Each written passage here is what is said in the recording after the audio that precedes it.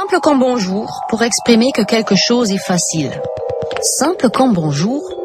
Mais il n'y a rien de plus compliqué que de se dire bonjour en France. Surtout pour un étranger. Car les Français ne se disent pas juste salut ou ne se contentent pas de se serrer la main comme les Allemands. Ils se font la bise. Et faire la bise, c'est tout un art. Celui qui ne l'a pas appris dès le plus jeune âge, comme les petits Français, « Allez, fais une bise à tata Géraldine », a souvent l'air maladroit. Un peu raide, l'étranger se penche en avant, lèvres pointues et bras ballants, n'osant pas toucher l'autre, ne sachant pas par quel côté commencer, incertain s'il faut poser les lèvres ou faire comme si on embrassait l'air. Bise. Pour faire la bise, on doit se poser 4 questions. Quand, qui, comment, combien. Quand. Quand on se retrouve pour les loisirs, parfois le matin au travail et toujours quand on arrive chez des amis. Il est évident que le temps d'embrassade est proportionnel au nombre d'amis.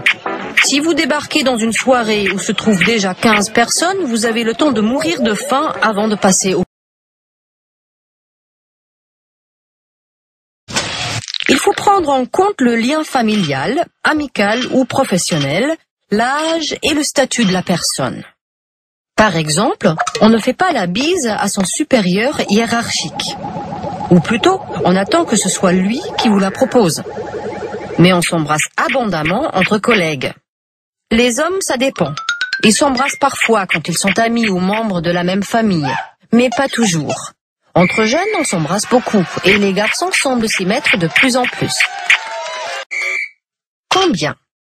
Ah, nous voilà arrivés au problème du nombre. Les Parisiens en font 2, les Montpelliérains 3. À la Turballe, on en fait 4, dans le Gard c'est 3, et ainsi de suite. Quand on ne sait pas d'où vient une personne, on peut facilement vivre un moment de flottement déstabilisant.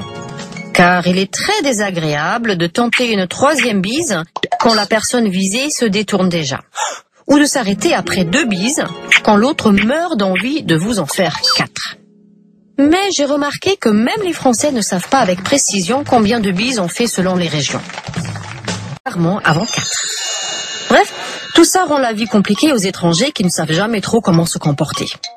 Moi, je trouve que les Français devraient éditer une petite carte de France de la bise qui indiquerait région par région et classe sociale par classe sociale le nombre de bises qu'on est censé faire lors de ses déplacements en France.